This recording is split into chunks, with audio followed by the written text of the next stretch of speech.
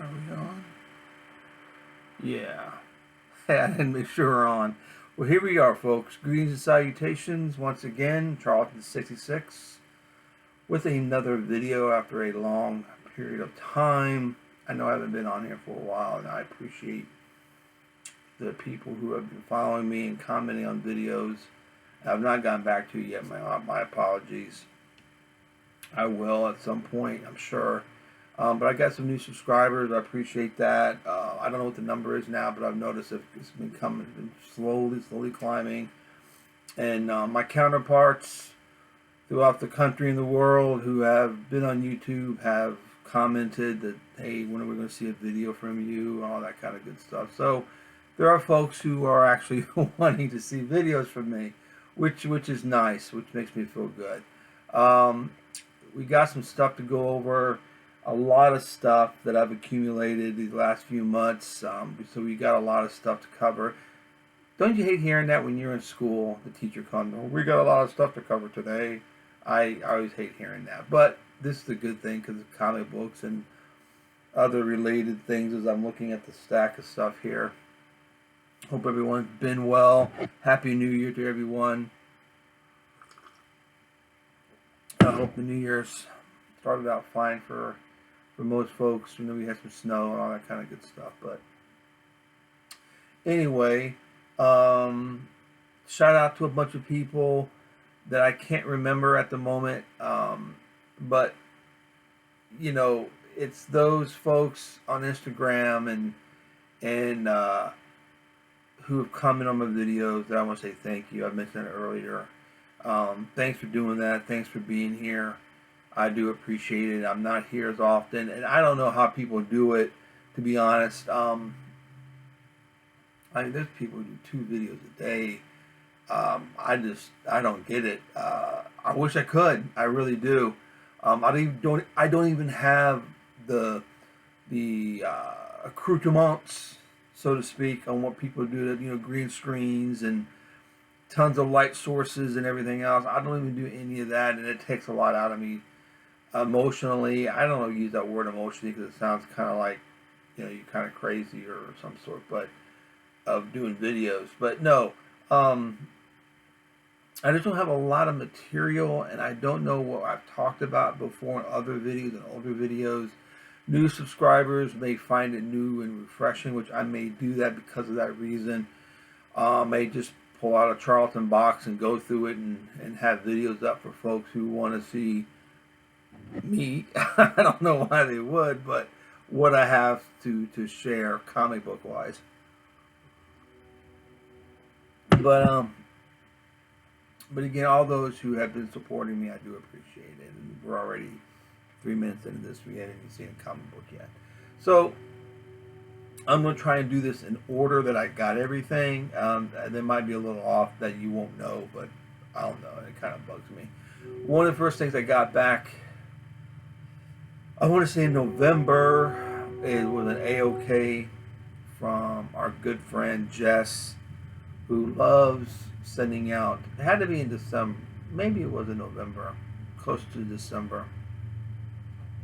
Our friend Jess, who everyone knows, loves sending out surprise packages to people full of comic books.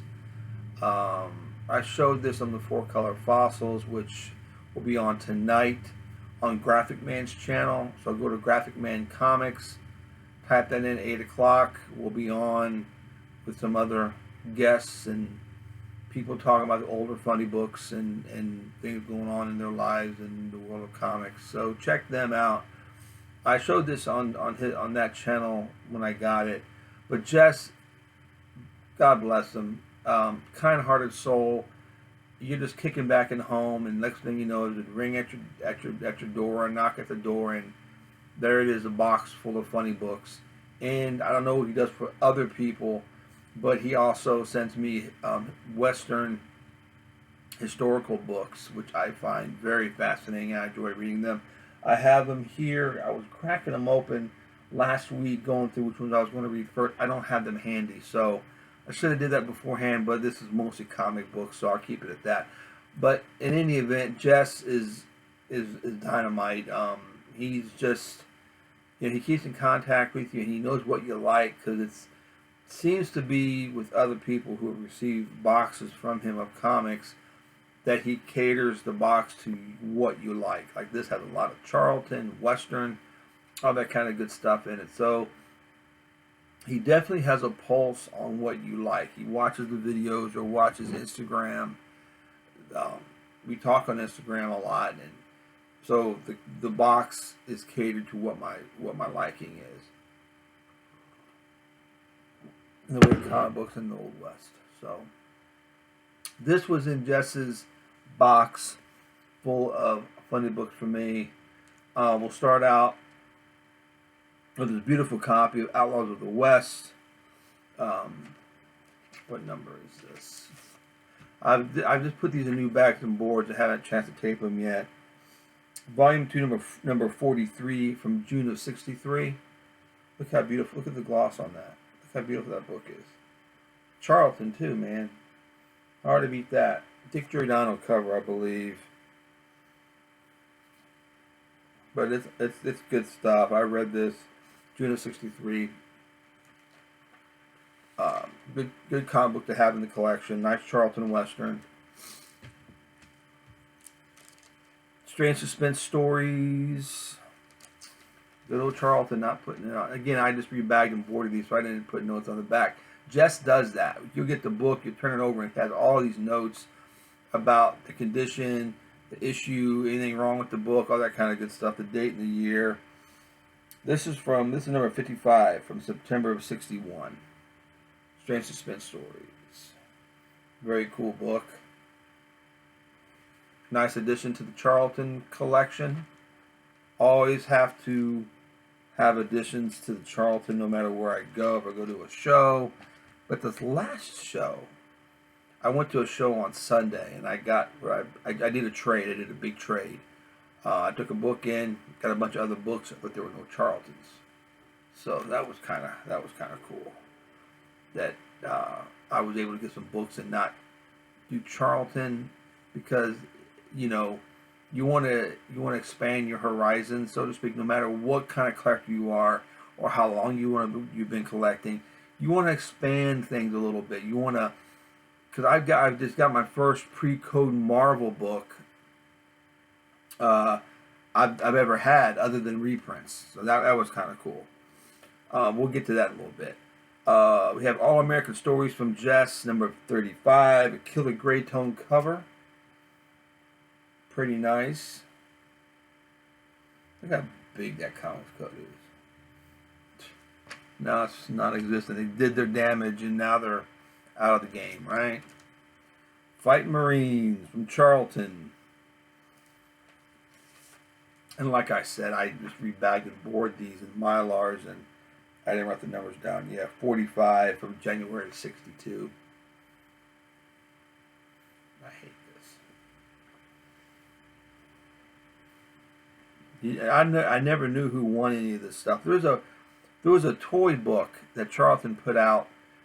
You can order these toys and stuff by clipping off this Charlton code, the Charlton logo up here, and you send a book. Oh, this might be, right here. Charlton's Comics Discount Toy Club. I've never seen this. I wish I looked online, but I didn't. I gave up. I wasn't really that adamant about it. I really want one in real life. If anyone out there has one, I'd love to see it. But apparently, again, you cut off these things here off the book, which sacrilegious, I know. But and you get these toys. You belong to the toy club. I'd love to get the book.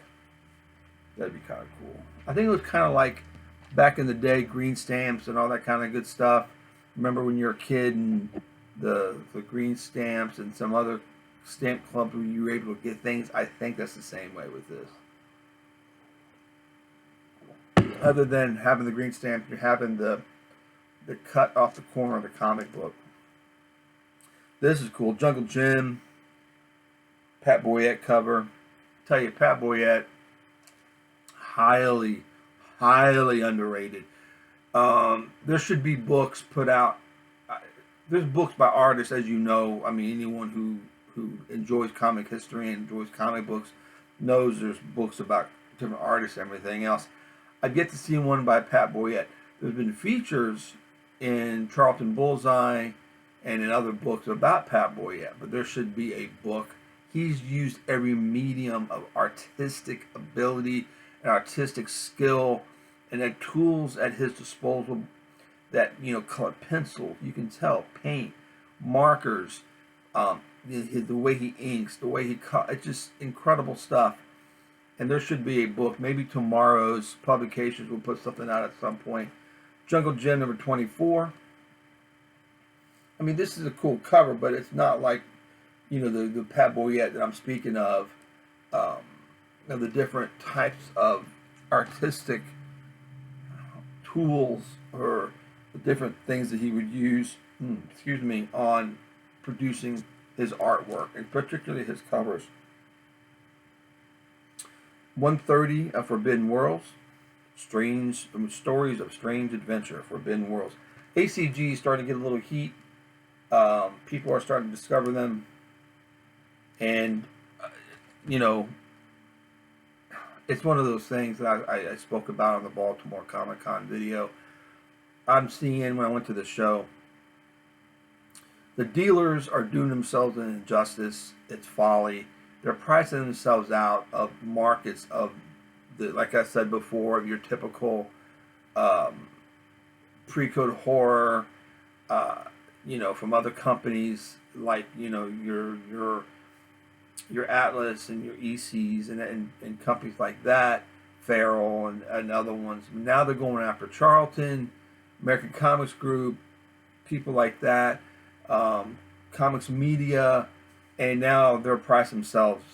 Again, they're not going to sell them books. I mean, you're not paying 4 figures for a pre-code horror that doesn't have Reed Crandall, Wally Wood, and everybody else in it. Ditko, yes, I understand that. He's mostly Charlton. Again, that's being priced out. And I did trade a Ditko pre-code horror Charlton to get these books that I'm going to talk about in a little bit. But most of the pre-code horror, it's not that good. Now, we're not talking about the ECs or the Charlton with Ditko, but most of the stuff, the art is not good. The stories are formulated. There's a formula to the stories. That's what I'm trying to say. And they're pricing themselves out. There's no reason, again, like I said in my other video, that people should pay more money for a pre-code horror that has nothing in it other than, it's a pre-code horror. There's no claim to fame. It's nothing is extraordinary about it, more than you would the first appearance of Black Panther. It doesn't make sense to me. And now they're finding themselves, oh my gosh, no one's paying these prices. And as a dealer, they're investing money into this stuff. They got more into it than what they're getting out of it. Now they're going after the Charltons, like I said, and other pre-code horror companies that no one cared about before. Now it's the DCs talking to some dealers at this last show, and you look online, a lot of the DC Bronze Age horror is going out the roof as far as pricing and people wanting them. So I don't know. It's a game I hate playing. I refuse to play it. I've always said it before, and people who watch my channel who know about this and usually agree and usually are in the same mindset, you gotta just read and buy what you like. Forget what's the hot thing, and that's what drives the prices up. Don't buy it, don't buy into it. Things will come down, it'll flutter, and we'll be standing in the bask in the glory of the fallout of the holding the flags, I told you so, and be able to enjoy our comic books.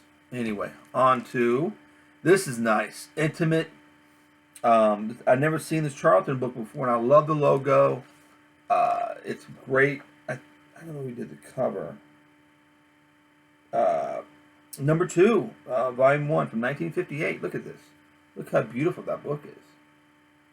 Intimate. Look at that. Isn't that a great logo?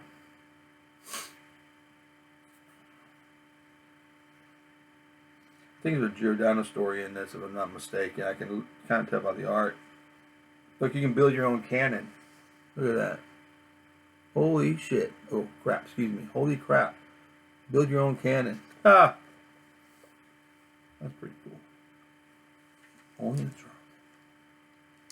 Intimate. Number 2. It's a beautiful logo, man. It's a beautiful book. Again, this is from Jess, man. He just... And this was a shock. I mean, the whole thing was a shock. This is the next book. I was just like, oh my gosh. You know, they're tough to find. This one, Rookie Cop, number 32. I forgot what it was before. What it was. You know what? I've not been with you guys in a while. So let's just relax. I'm going to get the price down and let you guys know.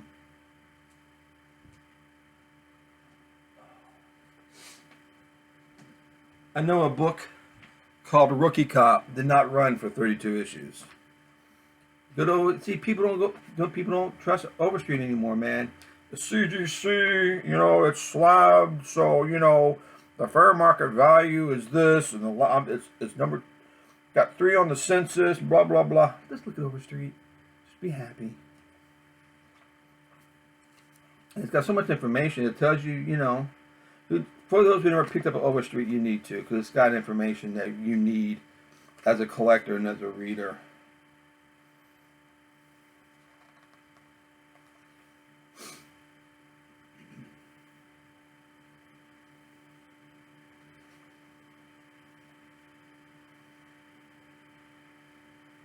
Rookie Cop, formerly Crime and Injustice. So it started with number 27, which I think I have.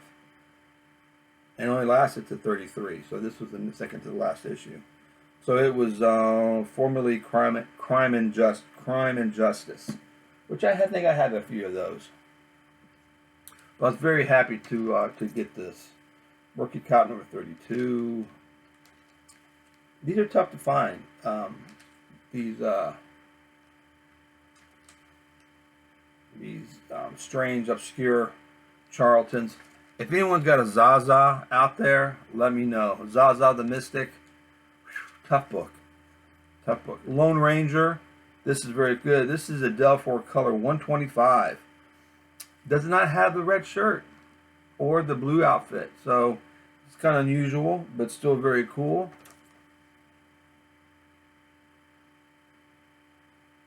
Very happy to see this in that box. I mean, I'm happy to see all these comic books, but I was like, no, I was not like. I was very happy to see these books.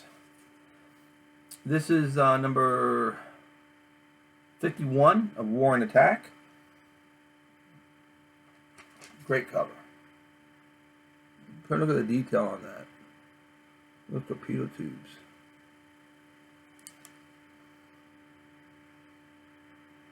Very cool. Ooh, good old Frontier Marshal Wyatt Earp. Don't know what number this is.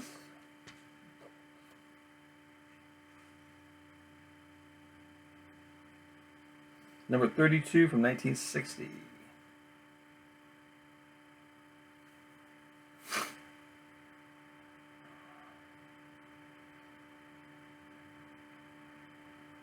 I'd like to know who this Chassol is. John Severin story in this bad boy. Nice John Severin work.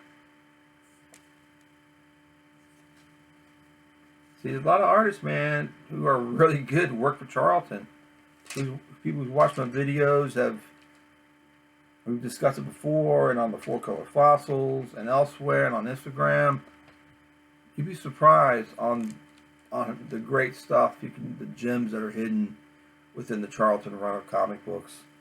Fighting Army, number 162 from 1983, and I'm surprised that this was still going on. A lot of the Charlton War books are still going up into the to the mid 80s until they turn out the lights. Very cool. I think there's probably mostly reprints in this, but still need it for the collection. This is a nice one. Mystery in Space 100. Kind of reminds me of Enemy Mine somewhat. I don't remember that movie with Lou Gossett Jr. and was it Dennis Quaid? Love Tomahawk. Big fan of the Revolutionary War. And it wasn't until probably 20 years ago when I realized Tomahawk was taking place during that time. So, and again, everyone likes them. They're hard to get a hold of. And lo and behold, Jess sent me a copy. The Castle in the Wilderness. Brand New Adventures of America's Favorite Frontier Hero. Tomahawk. This is number 17. Pretty nice cover. Black Fury. Charlton book.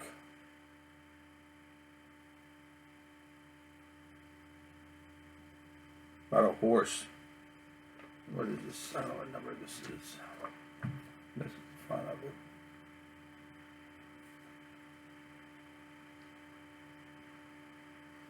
Number 32 from 1961. Now I know Black Fury wasn't 32 inches long, so I wonder what it was before. That I don't know either. But it's these obscure Charltons that really, for me, says a lot about the company on the different stuff they're putting out. And I said this before, you have, you run-of-the-mill, comic books and everything else, but then Charlton was just inserting these bizarre, like Zaza the Mystic and Rookie Cop and Rocket Squad in Action, that kind of stuff. And I just read the last issue of Racket Squad in Action this morning, number 25, I think. It was a 68 pager. I'm looking at Black Fury.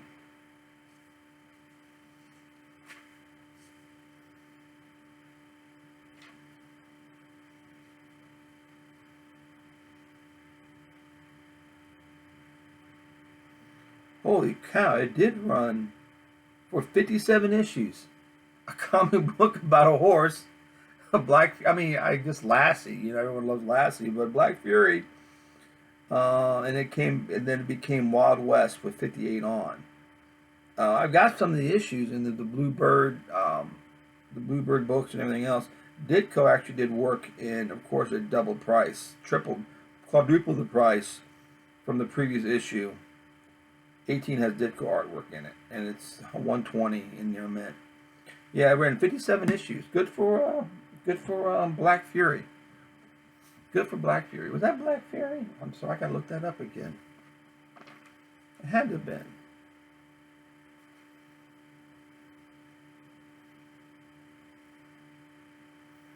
Just doesn't seem right.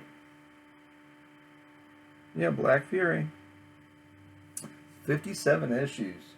Go Black Fury. This is a great cover, with the exception of the stupid treasure chest logo going through the center of it. This is Fighting Marines, which is a really good title. Ran up until the 80s. Number 39, 1960. And some of these, yeah, this has a Sam Glasman story in it. You have Sam Glasman working for Charlton.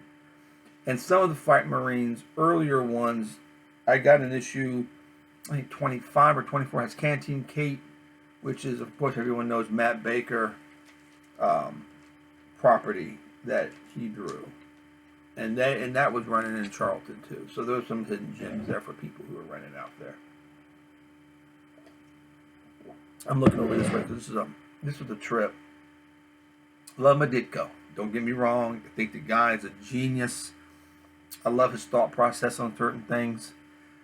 However, his self-published stuff is wordy, and I get the point. I don't say I understand it, but I get the gist of what he was doing. This is also from the AOK. Ditko's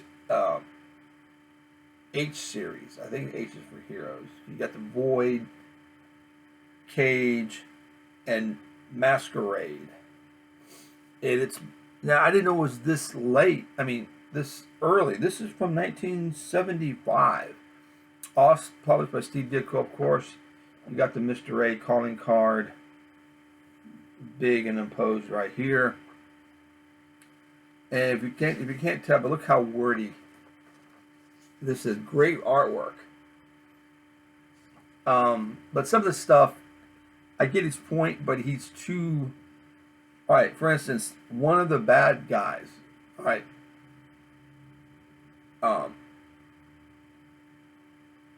Okay, you got Cage, who's being reprimanded for doing the right thing by turning over corruption in the police force. That's a detriment to himself.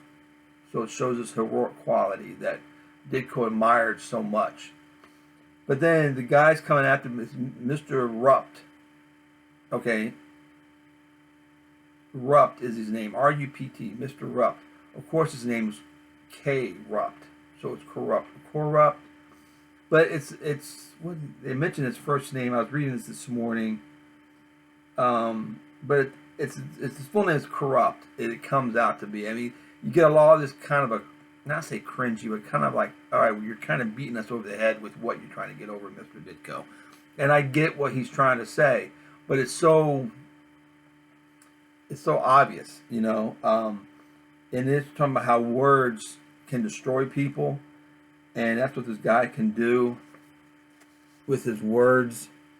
But it's such a, you know, his philosophy is very much ingrained and entrenched in this story, in this comic book. I enjoy it so much because it's nothing like anything else out there. He did a lot of stuff with Robin Snyder that, I don't know if he has Snyder's a producer with this. No, this is Bruce Hershenson, which I never heard before, out of Las Vegas from 1975. But Robin Snyder did a lot of the thicker. I don't think I have anything on my shelf at the moment. I think it's all in comic boxes put away. Yeah, I think I put them away. Much thicker things, talking about the same stuff. You know,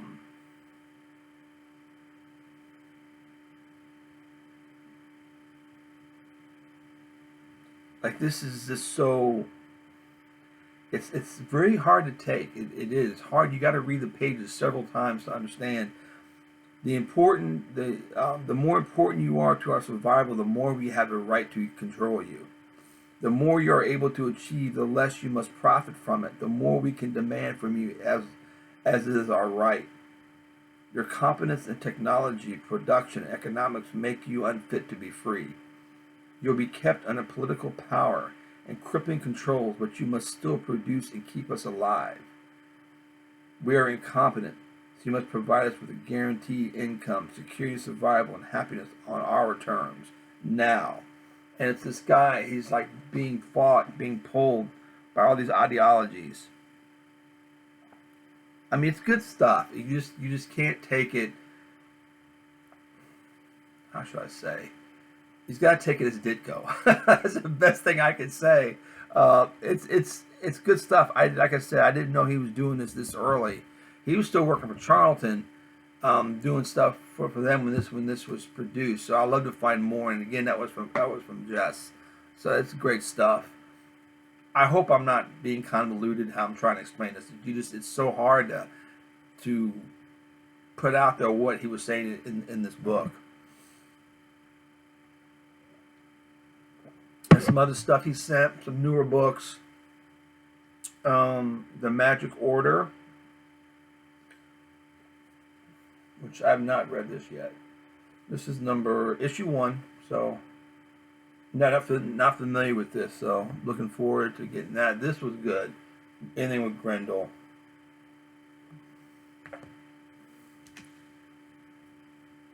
Science fiction, number 2, 3.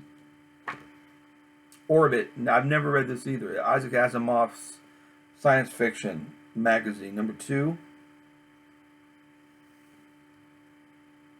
which is one of my favorite paintings.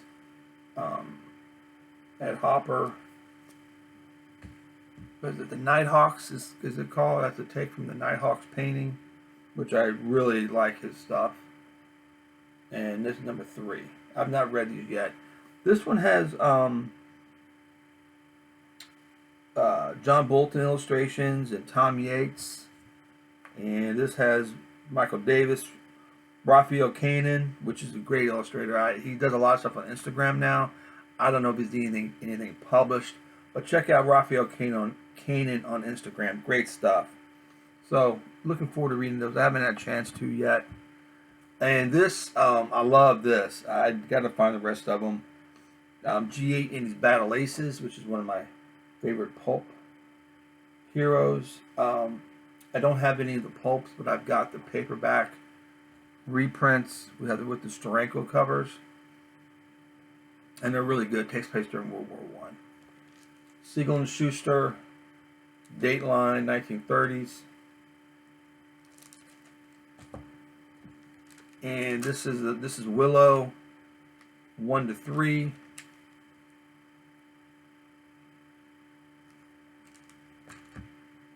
And Thunder Agents, number 9. I have a copy of this, so if anyone out there needs a very good or very good to good copy of Thunder Agents 9, let me know. And it's yours. I'm sure Jess wouldn't mind me sharing the wealth. So that was from the AOK, and put these bad boys away here real quick. Not in the comic book box, but set them aside because I've got other things to go over with you guys.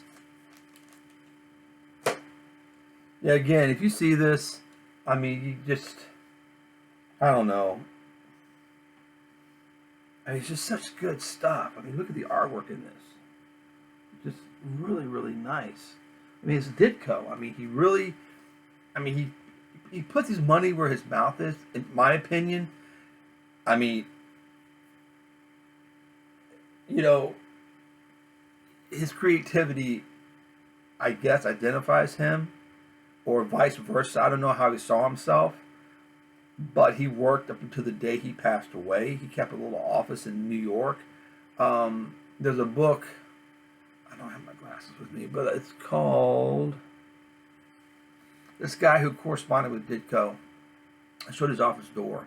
He wasn't trying to hide from anybody. It just says that's Ditko on it. But I mean, he could have been a millionaire. I don't know. But his artwork alone, I'm sure if he put him up for auction, you know, I don't know what he did in his life after that, but he's an enigma. He truly is. And there's a lot of good books. This one is called, let me see here.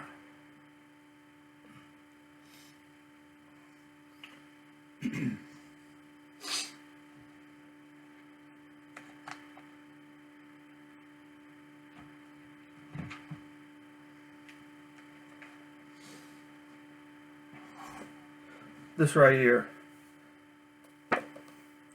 I've showed this before, but this is how I recommend it. This is really about his thought process. It's more about what his work represented on far his philosophy of objectivism.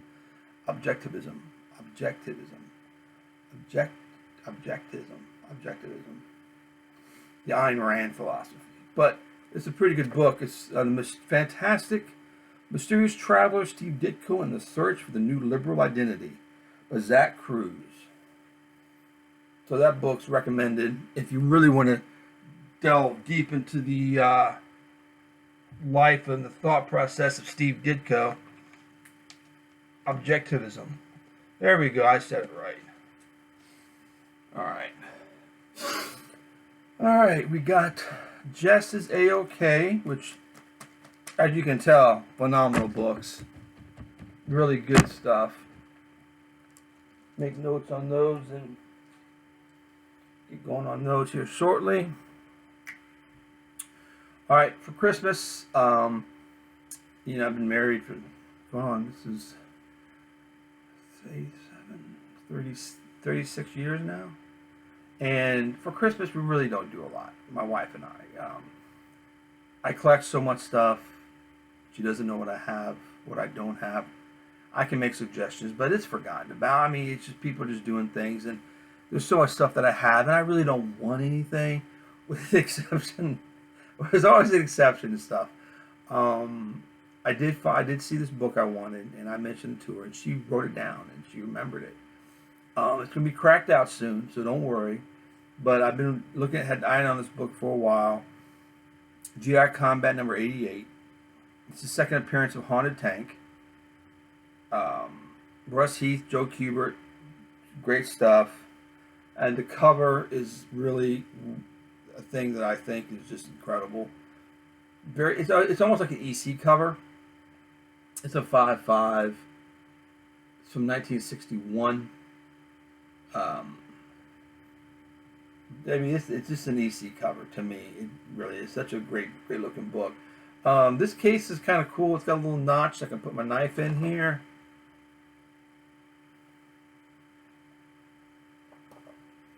I'm going to do it with my fingers, but I can. But yeah, this will be cracked out. So I just hadn't a chance to do it yet. But yeah, I got a fresh Mylar and a halfback waiting for it. So I got that for Christmas. She surprised me with that. A co-worker, I work part-time at a little local comic book shop. And a co-worker, she got me this. Very cool calendar. It's got the, one of my favorites, of course, War of the Worlds is right there. My birthday's in June. Let's see what June says. What movie post? Ah, nice Western. Sweet. Wild Bill Elliott. Nice. So I got this calendar from her. It was very cool. I felt bad. I didn't know they exchanged gifts. I didn't get anything for anybody. I felt bad. Onward.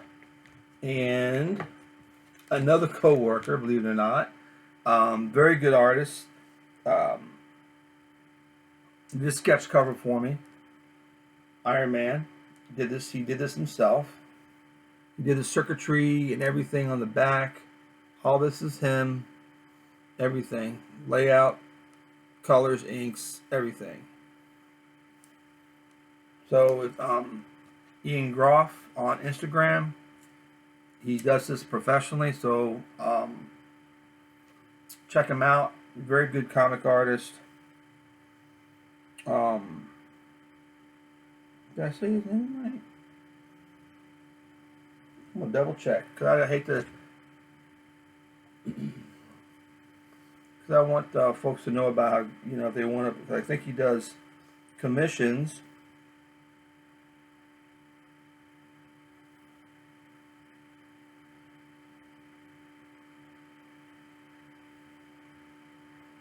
Ian Groff, Groff, IAN _ GROFF. Check him out. He did that for me. Got that for Christmas as well. Not comic related, but it's in the vein of what we love. To me, it all goes together. Gratu Orlov talks about that a lot. Comic books, pop culture, radio shows, rock and roll, rockabilly, old movies, sci-fi, horror. It all goes together. It's all one encompassing thing, and it morphs and moves and it lives, and it's stuff that we enjoy. And one of the things I got, Old Time Radio's History of Horror, the golden age of sci-fi and horror shows, which is really cool. If you're into old radio shows, this is a must. It's more like a fanzine. They ordered this on demand. I ordered it January 3rd, and this is the copyright January 3rd when it was printed. So it's on demand. It's not expensive. Forgot how much it was, but it just goes over all of the horror, mystery, and suspense shows. And I thought I knew a lot of it. I got a lot of them, Lights Out, and,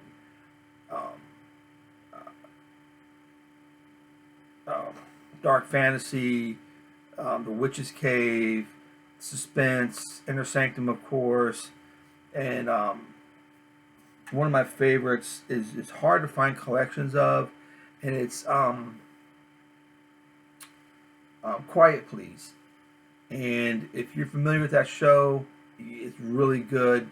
To me, it's up there with Lights Out and Suspense.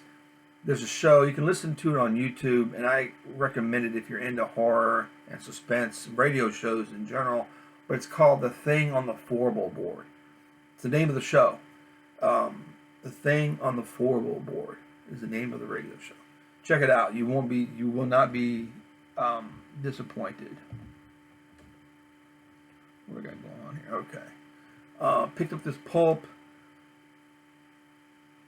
The two complete science adventure books. Number 1, winter of 1950. Whoa. Pretty cool. Pretty cool pulp. Goes well with my meager pulp collection. But Pebble in the Sky, this is my earliest, by Asimov, my earliest version of this, my earliest printing or earliest writing of that. Another co-worker got me Britannia from Valiant, both volumes. Quite good. Not really with the Valiant universe per se. The artwork is just, it's stunning.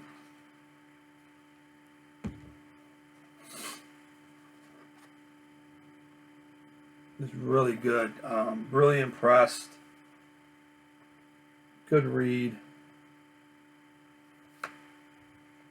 I appreciated that. That was very cool. I won Night Tiger's, when was it, Christmas show or Thanksgiving? He one of his shows. I can't remember which one it was, but I won. I didn't know. I just made some comments. I didn't finish watching the show, so I didn't know who had won. But I did win, and I got Santa Claus Funnies, 4-color 1063, which I think is very cool. I've been wanting this book for a while. Everyone has it in their collection, their Christmas collection. I don't have a big Christmas collection, but this definitely is tops. And Funny Folks, number 12 from DC, 1948. Nice Christmas cover on this. So I got 2 new additions to the Christmas comics. Thank you, Michael from Night Tiger Comics. Night Tiger Comics! Alright. Speaking of shows and pulps and radio shows and pulps, the new issue of Shadowed Circle came out a couple weeks ago, or like a month ago. Again, this is a fanzine of information and writings about, I've talked about it before on the channel, of the Shadow and some pulp information in general. But there's got some good information in here. There's comic book stuff in here. There's pulps, so about pulps and their illustrations for people who did something. Like this was the cover for what was this for? I have the book on my shelf over here, and I don't have my glasses on. But yeah, but it covers the paperbacks, Shadow reprints, and the pulps, and all that kind of good stuff. Everything Shadow related. This is number 6. It's right up there with the Bronze Gazette. It's same type of format. This is just a little bit bigger. So check them out. Facebook. I get mine from. I had a subscription. It stopped, and I just get it from Amazon. One of the writers I've come to like, one of the newer writers who are doing older stuff in their new original properties, but in the vein of the pulps and serials, is Bobby Nash, and he did a Lone Ranger book that's very good, straight up Lone Ranger Western, good stuff. It's recommended. It's only what was it? Only $8.99. You get it's called Double Shot. Obviously, you get an Airboy story in this. They're not teaming up or anything like that. You just get a separate Airboy story, and they're both quite good. The Airboy story is by Jeff Limke, Limke, and Bobby Nash is on Instagram. Go check him out. He does a lot of wonderful stuff with writing and helping people out. You know, get stuff published and always looking for talent. And he's always on Instagram and talking about things, writing and publishing and characters and his book shows he's going to and everything. So it's good stuff. To the Charlton collection, this is Horror Monsters number 9, I think from '63. This is they're trying to get their foothold on the horror craze of the 50s and 60s. Charlton, yeah, 64, number 9, from 1964, and this is some of their other horror, Mad Monsters. Horror Monsters and Mad Monsters are the two, I believe, the only monster publication. But it's kind of like the paper quality is not that good, so they're hard to find in decent shape, which I was very surprised to find this the way that it is. Really good shape. But it's set up like Famous Monsters, but not as polished as Famous Monsters. But it's Charlton, and they're fun to have in the collection. I picked up an Eerie, number 125. Corbin cover, but it's an all Adams issue. Go figure. I don't know why they did that, but it's all Neil Adams stuff. But it got a great, gorgeous Corbin cover. Another fanzine I picked up, Maxor.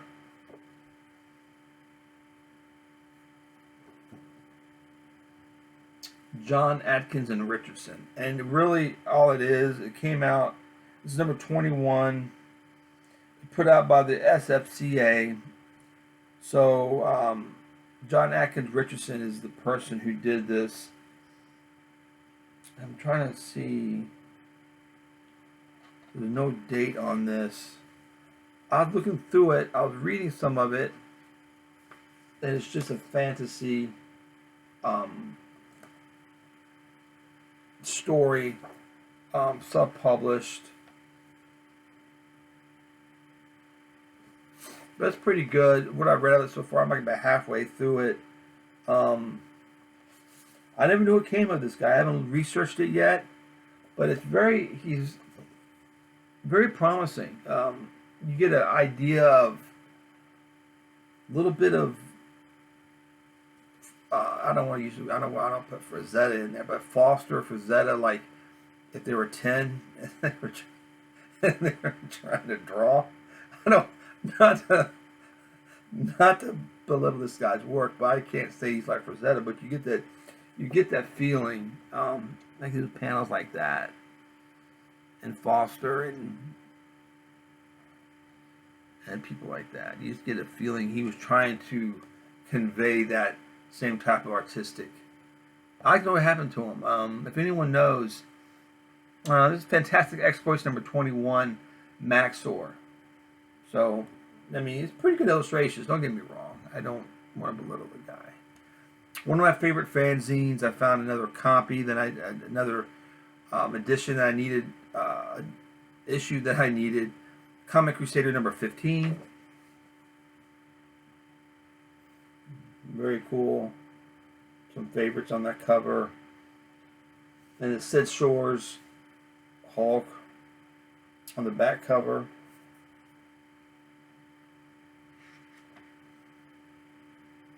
Of course, you got Newton doing this thing. Don Newton, beautiful renderings in the fanzines. Man, Don Newton was everywhere doing fanzines. I wish he was with us longer.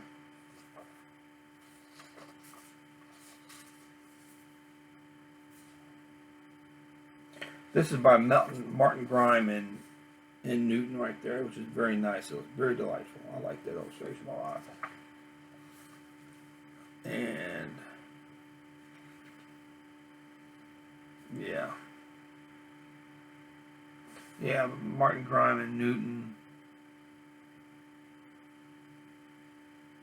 Very good illustration of the Wizard. Shazam. Auto inject binder. Interviewing here. Of course, you get some stuff with Everett. And this was a surprise. We get more Ditko. And this is part of his hero series that we just saw. This was another chapter from his H series. I assume it means hero. There's a scene here. A dude gets shot in the face. Yeah, right here. Well, on the side of the head. Where's it at?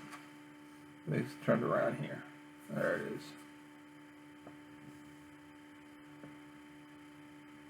Ditko, man, he's just got some crazy stuff going on, man. I just love it. I wish I could fully grasp what he wants to say at 100%. I don't want to sit here and say, "Oh, I get it. I'm just intellectual and I understand Ayn Rand and blah blah blah." I'm not like that type of person. I don't want to be that type of person. I get the gist. I wish I got it in a nice little package, but if that was the case, we wouldn't have Ditko. So, go figure. Ditko cannot be confined to a package. Do we have more coffee left? Oh yeah. All right. Now I went to a. How long have we been here? Wow, an hour. Went to a con this week and Sunday. Did one book trade. Went in with The Thing number 14, and I left with this. One of the books you'll like. Why did you trade for this? But I like this stuff, so you love me later. House of Mystery, Dice for Hero 163. Nice high grade copy.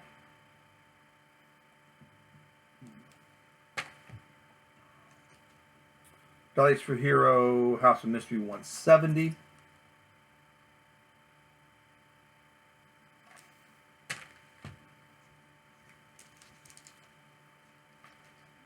House of Mystery 197 with a killer Neil Adams cover.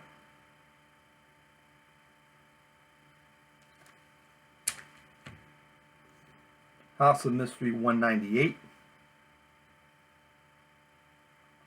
Murdoch Lives. God, this is crazy. Look at this cover, guys.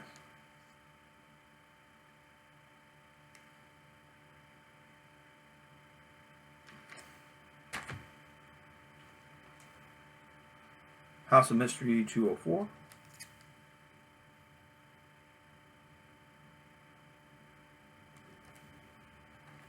I've never had this one in my collection ever, and I really wanted this for the longest time. I don't know why. I've never owned this because it's such a great book. It's a fun read, killer cover. It's just got everything going for it. This is number 211.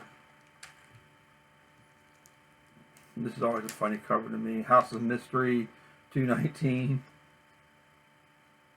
Those pesky kids. They're going to get their comeuppance. House of Mystery 221. God, this is such a beautiful cover. Look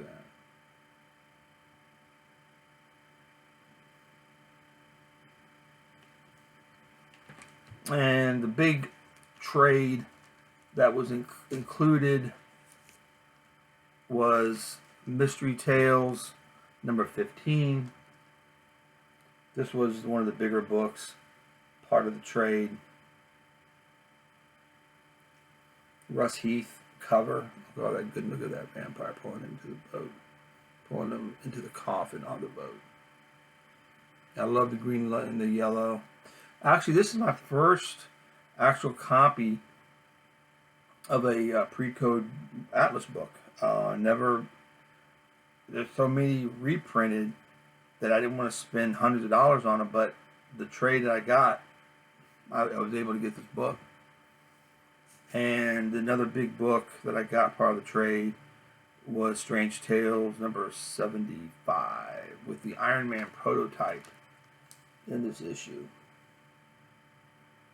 Now, I have a question for everyone off the YouTube people, and maybe before I go on that tangent, 164.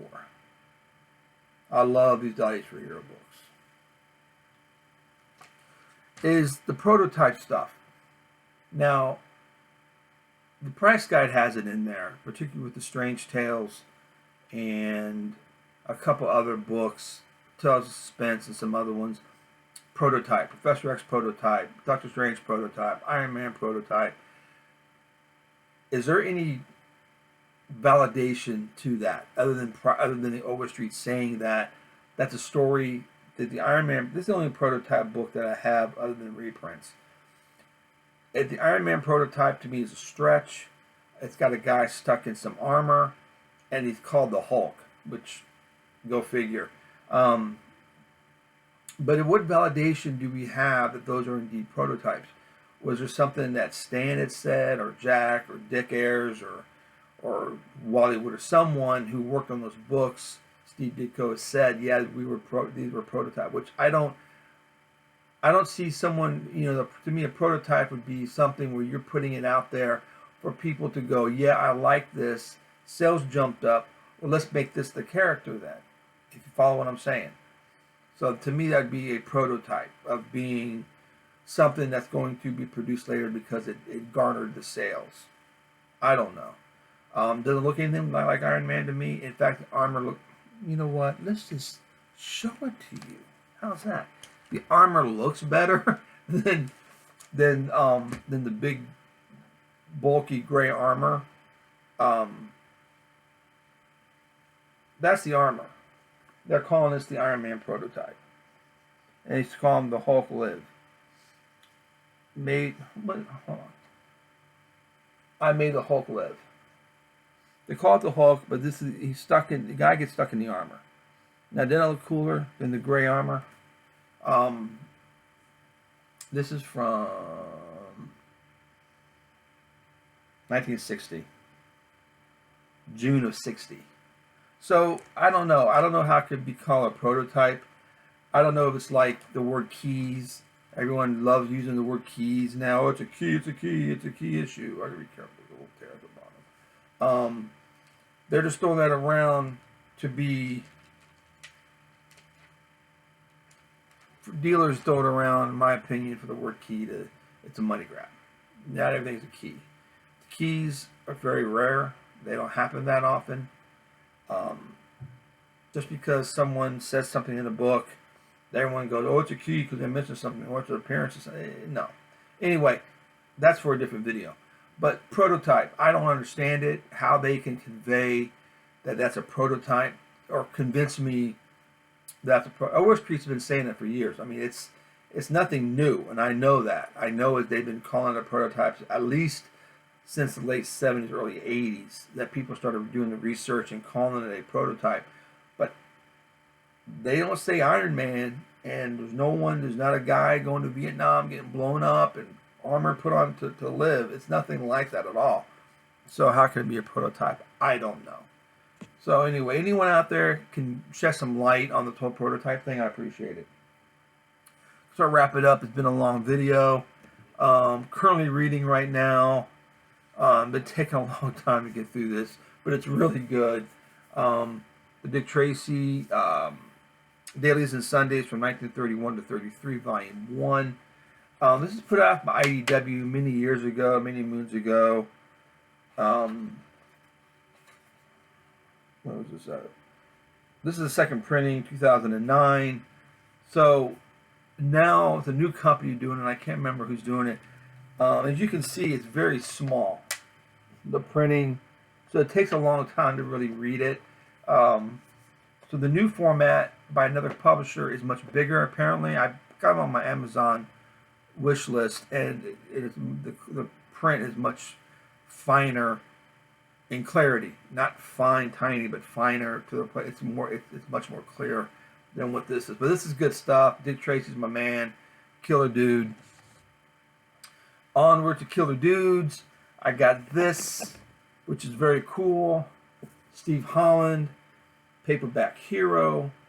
Those who are not familiar with Steve Holland, was an actor, a model. His claim to fame is posing for the Doc Savage, James Bama covers. However, I did not realize how prolific he is and how many covers he posed for in this wonderful, wonderful book. He's everywhere. Look at this. I didn't even realize all these paperback books. And now what sucks is you want to get these books. Doesn't suck, but you read this and I'm like, oh my gosh, I need to get this. I need to get this. And what's kind of neat about this, Escape from Colditz, is they don't have the Doc Savage stuff in here, which is, I'm a big Doc Savage fan, and I was thinking there'd be a lot of Doc Savage stuff in here, but there isn't. We all know it. We've all seen it. Those two of us who are into this know of the Doc Savage covers. So they put more stuff of the esoteric, of the stuff that we don't know about. Look at that, man. Look how cool that is. That we don't know about, which, why waste? And I have this book. I didn't know he did my man Shel Scott, which is very cool. Richard S. Prather, detective Shel Scott, very cool detective, hard-boiled, up there with Mike Hammer and them. Just really a great book. It goes well with the Torn Shirt Sessions, which is a book I have on my shelf with all the production stills and the photographs that Bama used to make the Doc Savage paperbacks with our man Steve Holland. And the guy who wrote this, Michael Stratford, is on Amazon. There is a paperback version of this and the hardback version of this. Highly recommended if you're into paperbacks, pulps, great art. Just, here's some stills, photographic stills of Steve Holland in action. I just can't recommend this book enough. He's a man. He played Tarzan, I think, at some point. And was it Tarzan? Buck Rogers. I swear, he played someone. I can't remember what he played. Just really quick things, real fast. The new Monster Bash. New Alter Ego.